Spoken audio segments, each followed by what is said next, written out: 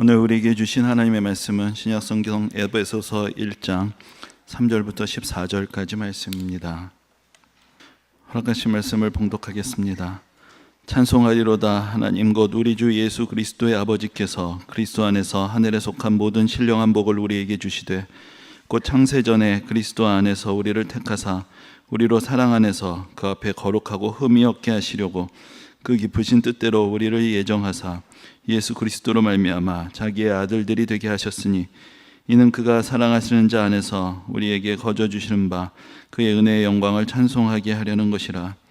우리는 그리스도 안에서 그의 은혜의 풍성함을 따라 그의 피로 말미암아 속량 곧 죄 사함을 받았느니라. 이는 그가 모든 지혜와 총명을 우리에게 넘치게 하사 그 뜻의 비밀을 우리에게 알리신 것이요 그의 기뻐하심을 따라 그리스도 안에서 때가 찬 경륜을 위하여 예정하신 것이니 하늘에 있는 것이나 땅에 있는 것이 다 그리스도 안에서 통일되게 하려 하심이라. 모든 일을 그의 뜻의 결정대로 일하시는 이의 계획을 따라 우리가 예정을 입어 그 안에서 기업이 되었으니 이는 우리가 그리스도 안에서 전부터 바라던 그의 영광의 찬송이 되게 하려 하심이라. 그 안에서 너희도 진리의 말씀 곧 너희의 구원의 복음을 듣고 그 안에서 또한 믿어 약속의 성령으로 인치심을 받았으니 이는 우리 기업의 보증이 되사 그 얻으신 것을 속량하시고 그의 영광을 찬송하게 하려 하심이라. 아멘.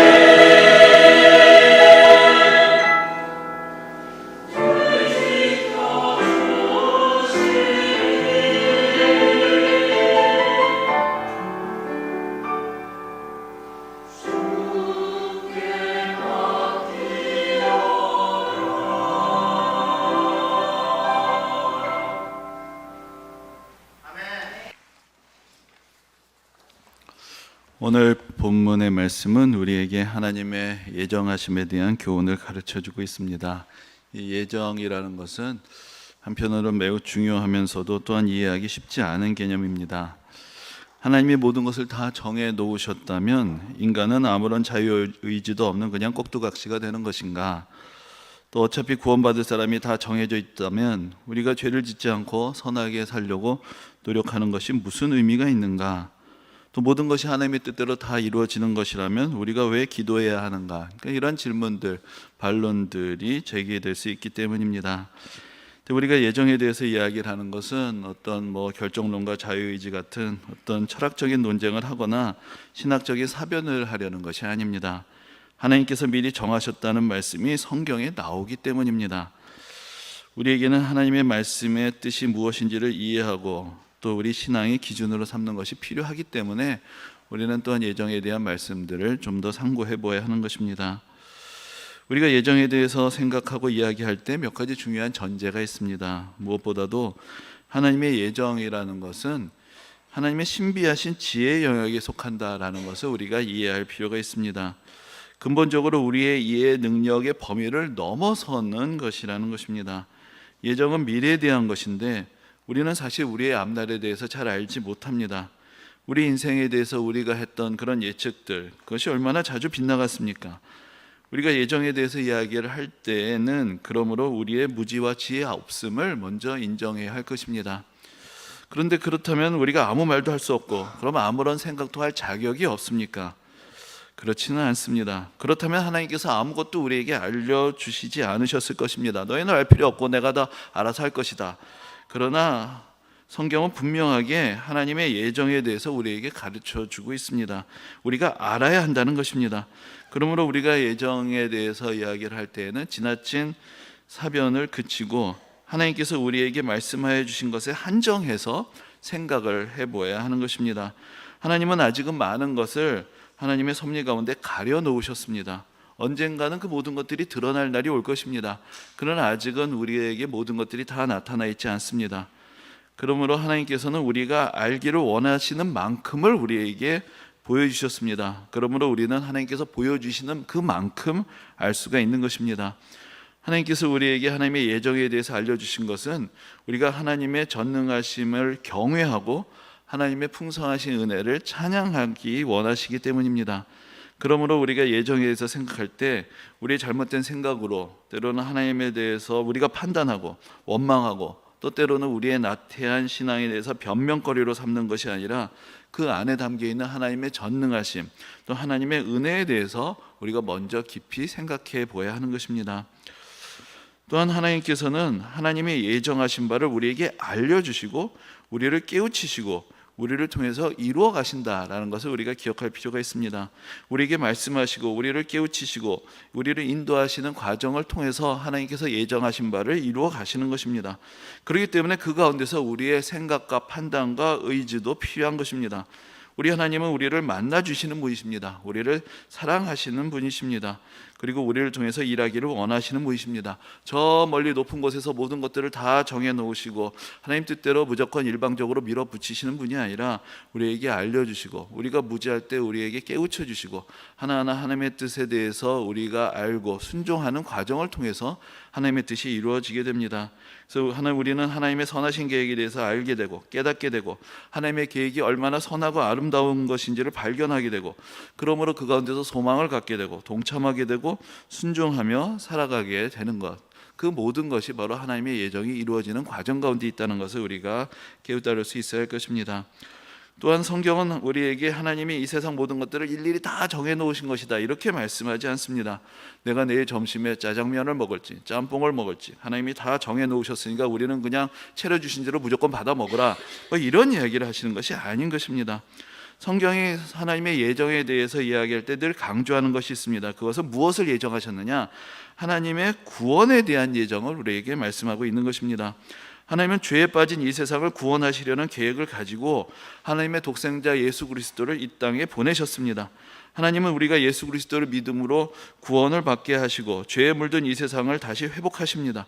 하나님께서는 전능하신 분이시기 때문에 하나님께서 가지고 계신 그 계획대로 뜻대로 반드시 이루실 수가 있고 또 이루어 가십니다. 그것을 일컬어서 하나님의 예정이라고 우리는 말하는 것입니다. 그러므로 하나님께서 예정하신 뜻대로 행하신다는 것이 인간의 모든 자유의지를 다 빼앗으시려는 것이 아닙니다. 사실 하나님은 그러실 필요가 없습니다. 인간이 자유롭게 선택을 할 수 있다고 하더라도 하나님께서는 하나님의 뜻을 이루실 수가 있기 때문입니다. 제가 종종 드는 비유인데, 저는 사실 바둑에 대해서 잘 모르고 제대로 두어본 적도 거의 없습니다. 근데 이러한 제가 알파고하고 대결해서 유명해진 세계적인 바둑 기사들, 이세돌 기사나 이창호 기사 같은 그런 바둑 기사, 바둑의 고수와 함께 바둑을 두면 어떻게 될까요? 여러분, 제가 바둑판 앞에 마주 앉아 있을 때 저는 바둑판 앞에서 무한히 자유롭습니다. 그 19줄이 만들어낸 칸 가운데 그 어디에도 저는 자유롭게 놓을 수가 있습니다. 그래서 저는 어디에 돌을 놓을지 스스로 자유롭게 결정할 수 있지만, 그러나 경기를 시작하기도 전에 모든 사람들은 경기의 결과를 확실하게 알 수 있습니다. 누가 이길까요? 제가 이길 수가 없죠. 100%, 1000%, 10,000% 확실합니다. 그게 제 자유가 없어서 제약이 돼서 그런 결과가 나오는 것입니까? 제 상대편 기사가 무슨 최면을 걸어가지고 저의 자유의지를 제한을 해서 제가 잘못된 수를 쓰도록 유도를 하기 때문에 그런 결과가 나오는 것이 아닙니다. 그것은 단지 그저 실력의 차이일 뿐입니다. 제가 어떤 수를 생각하더라도 상대방은 다 예측을 하고 다 대비를 합니다. 그래서 자기가 원하는 대로 그 경기를 이끌어갈 수가 있는 것입니다. 이 유한한 능력을 지닌 두 인간 사이에도 이러한 차이가 있습니다. 그래서 우리는 경기의 결과를 미리 알 수가 있는 것입니다. 두 사람이 각자 자유와 의지를 가지고 경기에 임하게 된다고 해도 더 잘 두는 사람의 의지와 계획이 결국은 바둑판 위에서 관철이 되는 것이고, 돌 하나하나를 두는 과정을 통해서 이루어져 가는 것입니다. 자, 우리가 우리의 인생이라는 바둑판에서 하나님과 함께 앉아서 인생의 바둑을 둔다면 어떤 결과가 나오겠습니까? 아무리 우리가 이기려고 안간힘을 쓴다고 해도 결국은 하나님이 이기시는 게임이 될 것입니다. 하나님은 우리에게 어떤 기회를 주실 수도 있고, 그래서 문을 열어주실 수도 있고, 또 어떤 길은 막으실 수도 있습니다. 그래서 결국은 하나님께서 뜻하신 대로 이끌어 가실 것입니다. 이것을 우리는 하나님의 예정이라고 말할 수 있는 것입니다. 하나님께서 정하셨고 하나님께서 의지를 하신다면은 우리가 아무리 자유롭다 할지라도 하나님께서는 하나님의 뜻을 이루어 가실 수가 있습니다. 그런데 여기서 중요한 것이 있습니다. 하나님이 우리 인생의 바둑판에서 우리에게 참여해 주신다면은 사실 우리가 지는 것이 은혜고 우리가 지는 것이 축복이라는 것입니다. 내 뜻대로 내 인생이 관철돼 버린다면 어떻게 될까요? 여러분, 그래도 하나님께서 이만큼 막아주셨기 때문에 우리가 여기에 이렇게 앉아 있을 수가 있는 것이 아니겠습니까? 하나님이 우리 인생의 바둑판에 참여하시는 것은 우리를 사랑하시기 때문입니다. 우리를 위해서 가장 선한 미래를 예비하시고 우리 인생에 개입하시기 때문입니다. 하나님이 정하신 바가 이루어지기까지는 그러므로 일정한 과정이 있습니다.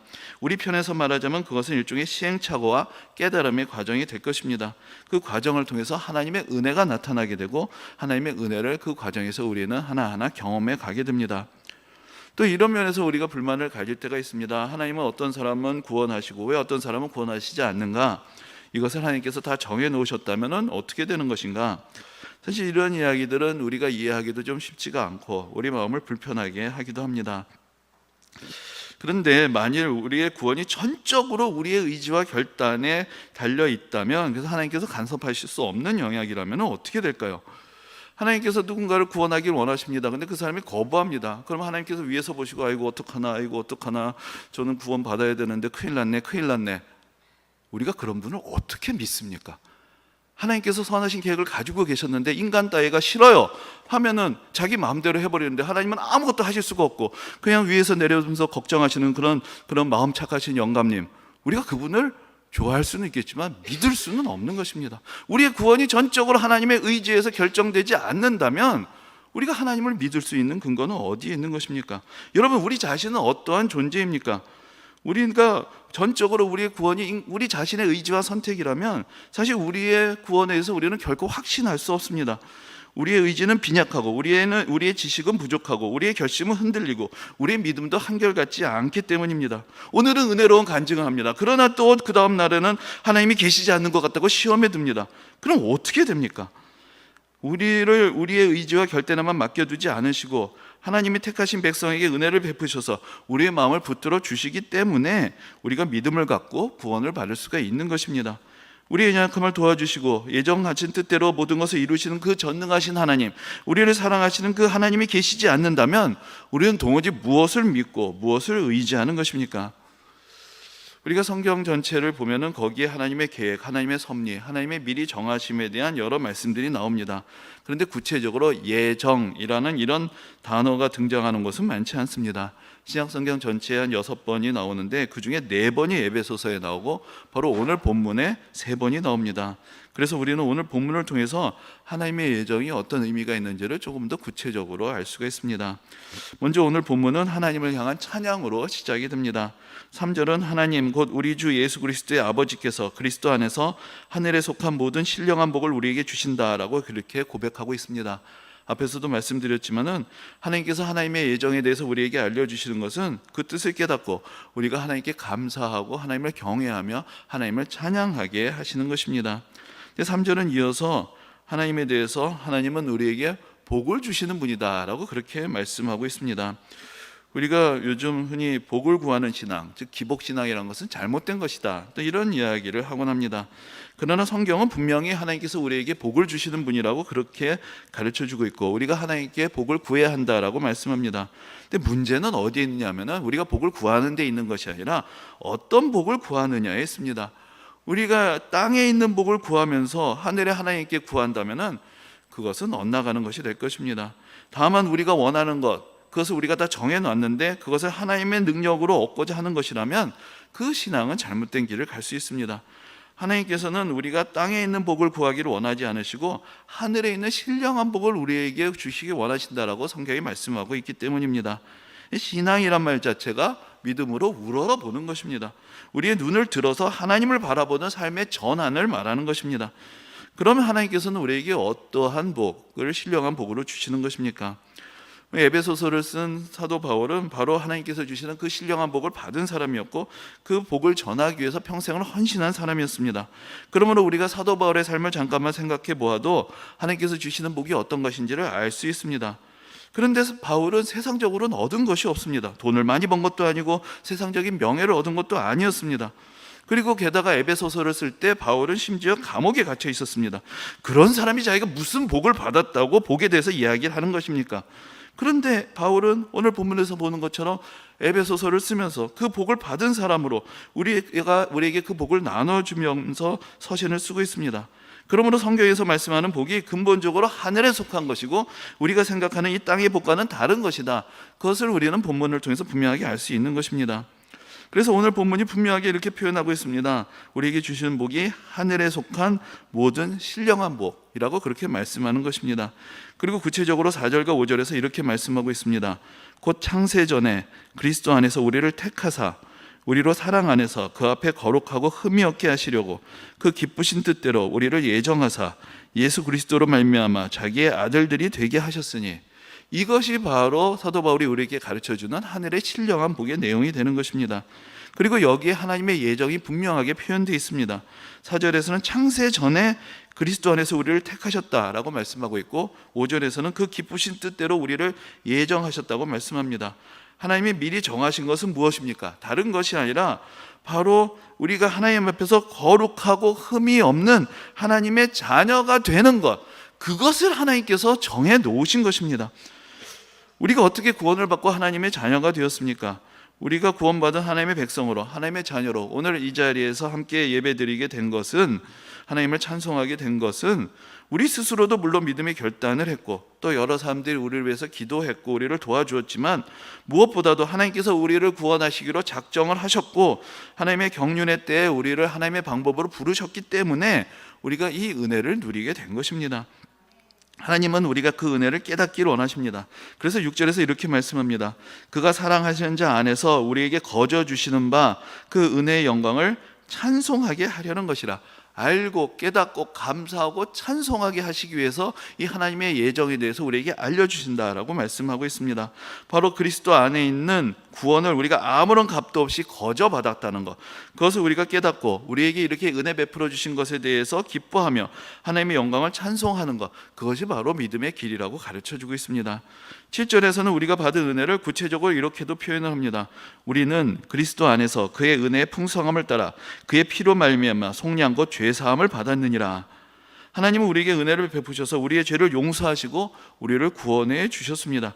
그렇게 하심으로 이제 구원받은 우리가 하나님의 은혜에 감사하며 하나님께 영광을 돌리며 살아가게 하시는 것입니다. 이것이 바로 하나님께서 우리를 위해서 예정하신 것이라고 성경은 거듭 우리에게 말씀합니다.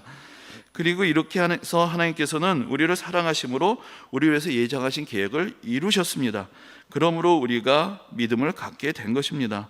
그래서 이 7절이 개인의 차원에서 하나님께서 이미 작정하셨던 것을 이루신 것을 우리에게 알려주고 있다면, 10절부터 이어지는 말씀에는 온 세상을 향해서 그럼 하나님께서 가지고 계신 궁극적인 계획이 무엇인가, 그리고 그 궁극적인 계획이 이루어질 때 우리에게 남아있는 약속은 무엇인가, 그것을 우리에게 가르쳐주고 있습니다. 그래서 10절에서는 이렇게 말씀합니다. 하늘에 있는 것이나 땅에 있는 것이 다 그리스도 안에서 통일되게 하려 하심이라. 이것이 이 세상에 대해서 하나님께서 가지고 계신 계획이라고 또한 말씀하고 있습니다. 지금 우리가 살고 있는 이 세상은 하나님을 대적하는 세력이 있고 눈물과 슬픔이 있고 불의한 일들이 저질러지는 그러한 세상입니다. 그러나 하나님께서는 궁극적으로 하나님을 대적하고 하나님을 거스르는 모든 것들을 다 심판하시고 온 세상이 그리스도 안에서 통일이 되어 영광스러운 하나님의 나라를 이루실 것입니다.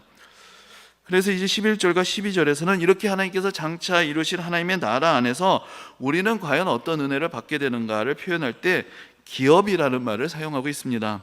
그래서 말씀이 이렇게 기록되어 있습니다. 모든 일을 그의 뜻의 결정대로 일하시는 이의 계획을 따라 우리가 예정을 입어 그 안에서 기업이 되었으니 이는 우리가 그리스도 안에서 전부터 바라던 그의 영광의 찬송이 되게 하려 하심이라. 여기서 이제 기업이란 말이 성경에 나오는데, 기업이란 것이 어떤 회사, 비즈니스를 가리키는 말이 아닙니다. 사실 한문이 다른데, 우리가 기업이라고 할 때 그 기자는 자전에 보면은 꾀할 기, 도무할 기자를 이렇게 쓰는데, 오늘 본문에 있는 기업이라서 기자는 터 기자를 쓰는 것입니다. 이런 뜻의 기업의 사전적인 정의는 대대로 내려오는 재산과 사업, 이런 뜻을 가지고 있습니다. 다른 말로 하면은 우리가 기업이 된다라는 것은 하나님께서 이제 하나님의 자녀인 우리에게 하나님께서 가지고 계신 것을 상속시켜 주신다, 물려주신다, 그런 놀라운 약속을 바로 담고 있는 것입니다. 그렇기 때문에 우리가 땅에 있는 것에 연연하지 않고 내가 땅에서 뭘 가졌느냐 아닌 일을 가지고 낙심하지 않는 것입니다. 하나님께서 예수 그리스도 안에서 우리를 구원하셔서 하나님의 자녀가 되게 하셨고, 하나님의 자녀라면 아버지 하나님께서 가지고 계신 것을 우리가 나눠받고 물려받고 그 하나님 나라의 영광을 우리가 같이 누리게 될 텐데, 왜 우리가 이 땅에서 무엇을 얻었느냐 얻지 못했느냐 갖고 연연하고 살아가느냐는 것입니다. 그런데 이제 그럼 우리에게 그렇게 놀라운 약속이 있다는 것을 어떻게 믿을 수가 있는가? 우리가 장차 그러한 일들이 우리에게 이루어질 것을 어떻게 확신할 수 있는가? 여기에 대해서 13절과 14절에 대해서 사도 바울은 성령이 바로 하나님이 우리에게 주신 기업에 이 상속하게 될 우리의 몫에 대한 보증이 되신다라고 그렇게 말씀하고 있습니다. 우리가 예수를 믿고 하나님의 자녀가 되는 것은 이제 하나님께서 가지신 것을, 하나님께 속한 것을 우리에게 상속하시겠다라는 약속을 주시는 것입니다. 그리고 그 약속을 보증하시기 위해서 우리에게 성령을 주셔서 그 약속이 진실되고 믿을 수 있다는 것을 깨닫게 하시고, 그리고 그 약속의 내용이 얼마나 풍성한 것인지를 알게 하시는 것입니다. 근데 여기서 이 보증이라는 말은 그 당시 상거래에서 주로 사용되던 말이었습니다. 오늘날의 말로 조금 바꿔보면 선금 혹은 계약금이라고 표현하는 것이 좀 더 이해하기 쉬울 수 있습니다. 자, 이제 내가 100만 원을 받기로 계약을 했는데, 그럼 이제 나에게 100만 원을 주기로 한 사람이 그 약속에 대한 보증으로 먼저 일부를 성금으로 주게 됩니다. 그러면 그렇게 나는 그 성금, 계약금을 받고 나서 이것을 통해서 내가 앞으로 얼마를 받게 될 것이구나 라는 것을 확신을 하게 되는 것이고, 신뢰 가운데서 그것을 서로 간에 확인하게 되는 것입니다. 그것을 이제 일컬어서 보증이라고 그렇게 표현을 하고 있습니다. 이와 같이 성령을 통해서 하나님께서 우리에게 주시는 은혜는 장차 우리에게 약속하신 그 얼마나 놀라운 은혜가 우리에게 예비되어 있는지 그 일부를 우리에게 맛보게 하시는 것입니다. 그래서 우리가 기도할 때, 우리가 찬송할 때, 우리가 말씀을 읽고 묵상할 때 성령께서 우리 마음에 역사하셔서 우리에게 평안을 주시고 위로를 주시고 하나님의 은혜를 깨닫게 하십니다. 또한 성령께서 우리 인생에 간섭하셔서 우리의 무지와 연약함을 깨닫게 하시고 하나님께서 우리에게 하나님의 은혜가 얼마나 절실히 필요한가를 알게 하시며 또한 그 은혜를 우리 인생 가운데 조금씩 베풀어 주시는 것을 우리로 경험하게 하십니다. 그래서 참으로 우리가 하나님의 선택받은 자녀라는 것을 깨닫고 확신하게 하고, 그러므로 우리를 위해서 어떤 미래가, 어떤 은혜가 예비되어 있는지를 우리로 하여금 조금씩 경험하며 기대하며 소망하게 하시는 것입니다. 바울은 감옥에 있으면서 성령을 통해서 그에게 약속하신 은혜가 얼마나 풍성하신 것인지를 다시 한번 확신하게 되었습니다. 그래서 그는 그를 에워싸고 있는 이 환경에 절망하지 않습니다. 답답해하지 않습니다. 오히려 감옥 안에 있는 사람이 감옥 밖에 있는 사람을 위로하겠다고, 감옥 밖에 있는 사람에게 어떤 소망이 있는지를 알려주겠다고 이렇게 편지를 쓰게 되는 것입니다. 그는 그의 인생에 약속하신 하나님의 축복을 바라보았고, 그리고 그에게 남은 사명을 기억했고, 감옥 속에서도 하나님께서 약속하신 그 축복을 나눠주는 삶을 살게 된 것입니다. 하나님은 우리 인생을 어떻게 인도해 가십니까? 하나님께서는 우리의 인생이 눈물과 한숨에 점철된 그런 인생이 되도록 지으시지 않으셨습니다. 이사야 선지자는 우리에게 하나님의 약속을 이렇게 선포합니다. 모든 슬픈 자를 위로하되 무릇 시온에서 슬퍼하는 자에게 화관을 주어 그 죄를 대신하며 기쁨의 기름으로 그 슬픔을 대신하며 찬송의 옷으로 그 근심을 대신하시고 그들이 의의 나무 곧 여호와께서 심으신 그 영광을 나타낼 자라 일컬음을 받게 하려 하심이라. 그것이 하나님께서 우리 인생에 지으신 뜻입니다. 우리 하나님께서는 우리의 인생의 눈물과 한숨을 기쁨과 찬송으로 바꾸어 주시겠다고 약속을 하셨습니다. 하나님은 이 하나님께서 택하신 백성들을 그 어리석은 가운데 방치해 두지 않으십니다. 우리의 모든 시행착오와 후회는 하나님의 은혜 가운데서 장차 새로운 깨달음과 지혜로 다시 돌아오게 될 것입니다. 우리가 당했던 모든 고난은 우리를 연단하고 우리를 새롭게 하고 우리를 더 지혜롭게 만들어서 우리의 삶을 업그레이드해서 더 나은 사람으로 변화시켜 가실 것입니다. 왜냐하면 하나님께서 우리와 함께 하시기 때문입니다. 하나님께서 우리를 통해서 영광된 미래를 예비해 놓으셨기 때문입니다. 그리고 우리의 인생을 통해서 바로 하나님께서 지으신 그 뜻을 이루어 가실 것이기 때문입니다.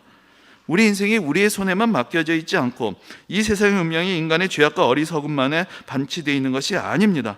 하나님의 선하신 뜻대로 예정된 미래가 우리 앞에 놓여 있습니다. 그러므로 우리는 낙심하지 않습니다. 우리 자신에 대해서 포기하지 않고 우리 인생에 대해서 포기하지 않고 이 세상에 대해서 포기하지 않습니다. 참고 선을 행하는 사람들은 하나님 나라의 위로와 상급을 반드시 받게 될 것입니다. 이 세상의 정의와 평화를 위해서 싸우는 사람들은 반드시 하나님의 칭찬을 받게 될 것입니다. 지금 우리가 흘리는 이 눈물의 씨앗은 결코 헛되지 않을 것입니다. 시편에서도 우리에게 약속합니다. 눈물을 흘리며 씨를 뿌리는 자는 기쁨으로 거두리로다. 울며 씨를 뿌리며 나가는 자는 반드시 기쁨으로 그 곡식단을 가지고 돌아오리로다. 이것이 하나님의 약속이고 이것이 하나님의 예정이고 그 약속과 예정을 믿는 사람들은 낙심하지 않고 포기하지 않고 선한 일을 위하여 하나님께서 기뻐하시는 일을 위하여 아낌없이 자기의 삶을 드리고 뿌릴 수가 있는 것입니다. 내 자신이 능력이 있기 때문에 미래를 기대하는 것이 아니고 인간이 충분히 지혜롭기 때문에 천국을 이 땅에 만들 수 있다고 기대하는 것이 아닙니다. 죄인을 용서하시고 은혜를 베푸시는 하나님이 계시기 때문에 그분이 우리를 구원하시고 이 세상을 구원하시기로 작정하셨기 때문에 그리고 전능하신 하나님께서는 그 작정하신 뜻을 반드시 이루실 것을 믿기 때문에 우리는 우리의 미래를 기대하는 것이고 소망을 갖는 것이고 우리의 최선을 다해서 우리의 삶을 변화시키고 이 세상을 변화시키기 위해서 헌신할 수 있는 것입니다. 그러므로 하나님의 예정에 대해서 아는 것은 우리의 기도를 헛되게 하는 것이 아니고 우리의 선한 의지를 꺾는 것이 아닙니다. 우리에게 승리가 약속되어 있기 때문에 우리는 더 기꺼이 기쁜 마음으로 싸움터에 나갈 수 있는 것이고 우리 기도에 응답하실 것을 믿기 때문에 더 확신을 가지고 간절히 기도할 수 있는 것입니다.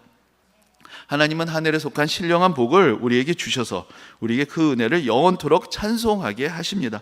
이것이 하나님이 예정하신 바입니다.